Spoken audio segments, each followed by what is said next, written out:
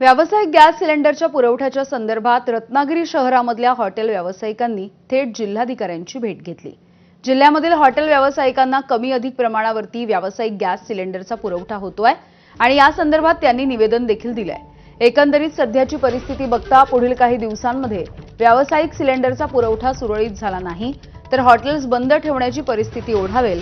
त्यामुळे या संदर्भात योग्य ती पावलं उचलावीत अशी विनंती हॉटेल व्यावसायिकांनी जिल्हाधिकाऱ्यांना केली आहे।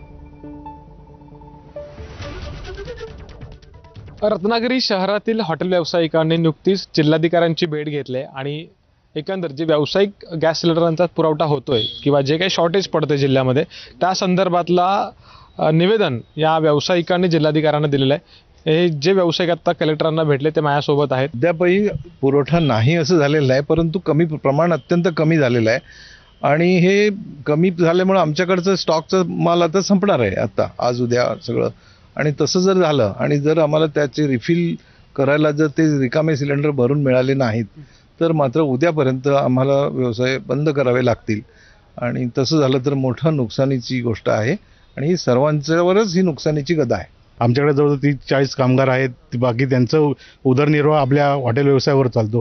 हे असे जे संबंधित जे आमचे व्यापारी आहेत ते चिकनवाला सप्लाय आहे, भाजीवाला सप्लाय आहे, त्यांच्याकडून आपण घेऊ शकत नाही की सगळ्या परिस्थिती हे हॉटेल व्यवसाय बंद केल्याने सिलेक्टेड कनेक्टेड जेवढे काय ते संबंधित व्यवसाय आहे त्या सर्वांवर परिणाम होताना दिसणार आहे। आम्ही सर्व त्यांच्याकडनं माहिती घेतली आणि त्याने आम्हाला समाधानकारक उत्तरं दिलेली आहेत। कुठलाही तुटवडा भासणार नाही अशी त्यांनी आम्हाला आश्वासन दिलेलं आहे आणि त्या अनुषंगाने आम्ही त्यांचे आभार पण व्यक्त केले आहेत की आमचा सर्व जो आमचा हॉटेल असोसिएशनचा बिझनेस संपूर्ण हॉटेल व्यावसायिकांचा आहे तो मुख्यत्वे कमर्शियल गॅसवर चालतो।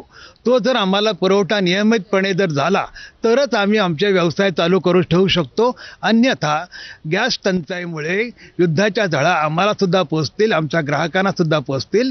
कॅमेरामन महबूब शेखसह अमोल मोरे, एबीपी माझा, रत्नागिरी।